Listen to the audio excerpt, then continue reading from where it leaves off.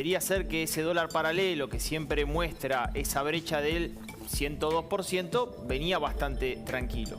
¿Qué es lo que pasó en el mes de diciembre? En el mes de diciembre, al principio de mes, tuviste una suba de la demanda de pesos, básicamente porque había que pagar aguinaldos, había que pagar bonos. Muchas empresas, digamos, necesitan liquidez, necesitan pesos. Por lo cual no hubo tanta avidez en ese mercado. ¿Qué es lo que está sucediendo ahora? Bueno, está sucediendo el escenario contrario. Cae la demanda de pesos, está refugiándose la gente, por ejemplo, que le quedó excedente de aguinaldo en el dólar. Y a eso le tenés que sumar que en diciembre fue récord, el nuevo récord de emisión de peso del Banco Central de República Argentina. Ahí está. ¿Me aguantás ahí un poquitito? ¿Puedo sumarlo a Salvador Di Stefano? ¿Está preparado? Bueno, lo quiero saludar al querido Salvador y vamos a hablar de los tres con Damián. Hola Salvador, ¿cómo estás? Buenas tardes. Hola, ¿cómo estás, Pablo? Gracias por contactarte y un saludo a Damián, que está ahí en el piso. Bueno, esta mañana yo le agradezco a Salvador porque me despierta no me despierta, ya estoy despierto a esa hora, pero me sacude un ruido en el ruidito, el mensaje de WhatsApp, y ya sé que es Salvador Di Stefano. Y me pasa estos datos. ¿Podemos verlos en pantalla mientras me los explicás, Salvador? ¿Podemos ver la emisión, que es lo que planteaba Damián, la emisión 2021, la emisión monetaria en la Argentina en primer trimestre, segundo trimestre, tercer trimestre? Ahí estamos, ahí estamos. Bueno, ahí lo que estás viendo es claramente el plan platita. Fíjate cómo en el segundo semestre, cuando ya entramos en la recta final de las elecciones, lo que los politicólogos dicen que la gente vota con lo que ve en los últimos 90 días, se puso toda la carne al asador para buscar un resultado electoral positivo, cosa que no se consiguió.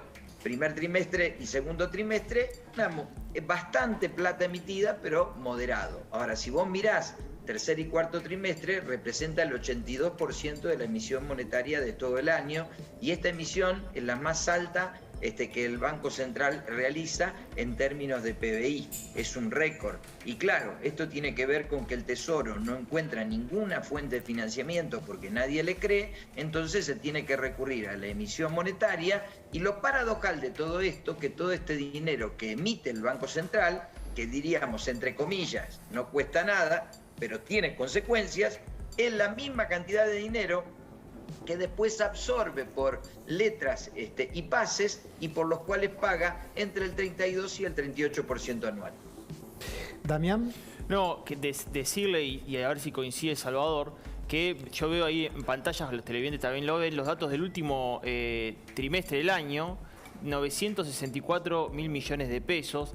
Y en diciembre casi fue la mitad de emisión de eso, Salvador. Fue 486.000 millones de pesos. Una friolera impresionante de pesos en el mes de diciembre, ¿no? Sí, todavía no terminó diciembre. Claro, sí, claro. Bueno, a ver, quiero ir al fondo de la cuestión, no al fondo monetario. Después te pregunto por el fondo monetario.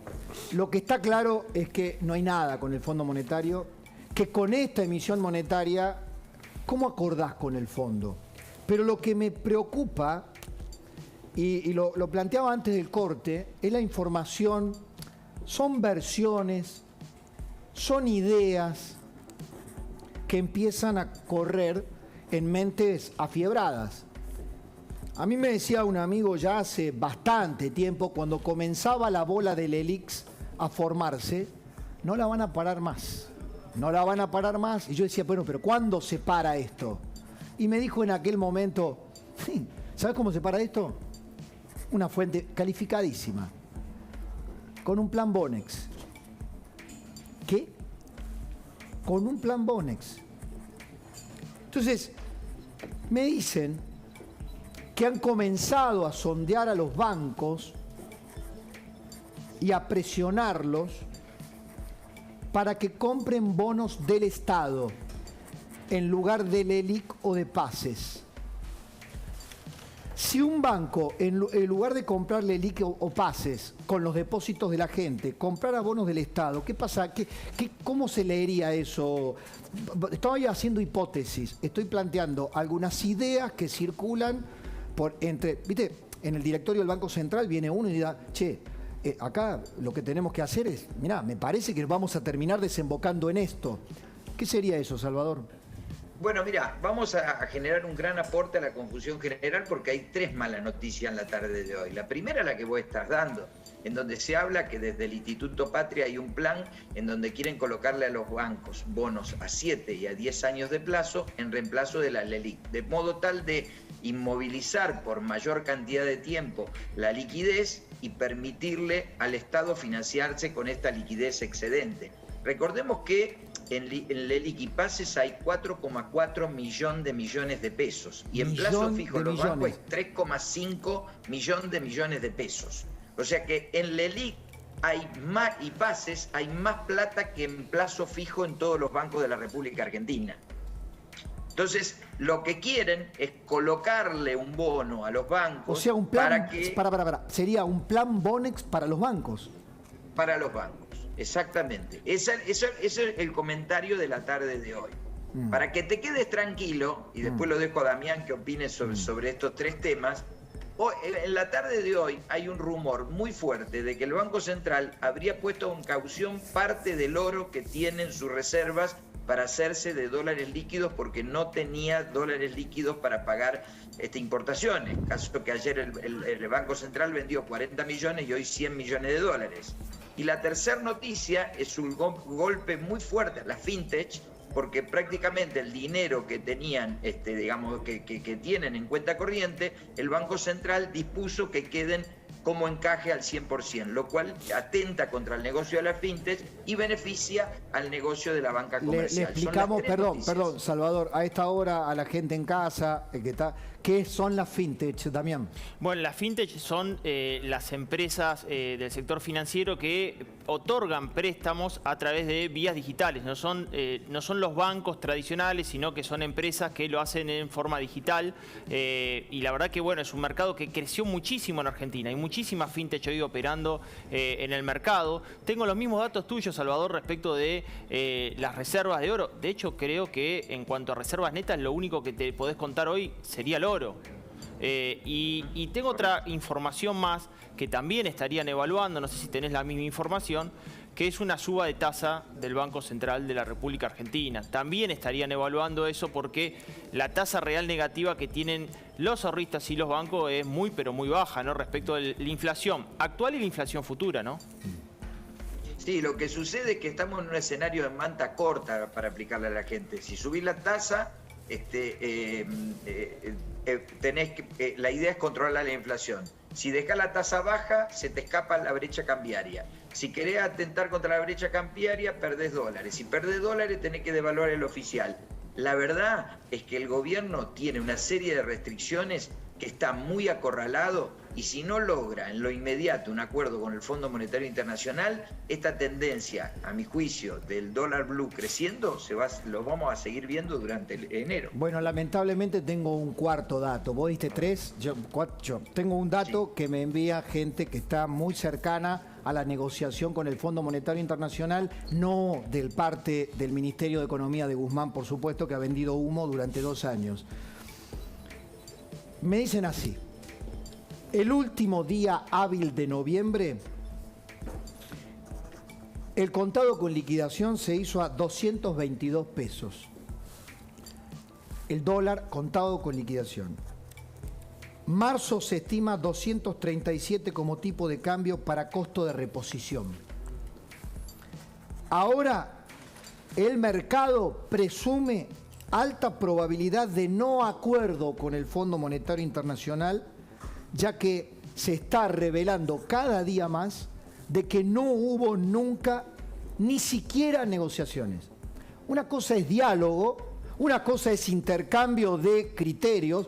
El ministro de Economía le ha dicho al diario El País que lo que no se puede lograr es consenso internacional. ¿Sobre qué cosa? Sobre su idea. Pero su idea no es una negociación con el fondo. No hay esquema técnico firmado con técnicos del fondo o intercambiado con técnicos del fondo que se conozca. Por lo tanto, hoy me dicen, el tipo de cambio se está moviendo más por pánico y expectativas negativas de incertidumbre creciente. Por supuesto que también me dice esta fuente que mira el panorama desde afuera el mercado, los operadores, los agentes económicos, los tenedores de bonos, ven también el papelón que está haciendo la oposición en la Argentina. Con lo cual, el factor político entre un gobierno que no tiene plan económico, que tiene un ministro de Economía caprichoso, que no ha mostrado un solo papel para firmar con el Fondo Monetario, una jefa en las sombras que no quiere saber nada con arreglar con el fondo con costo político, y una oposición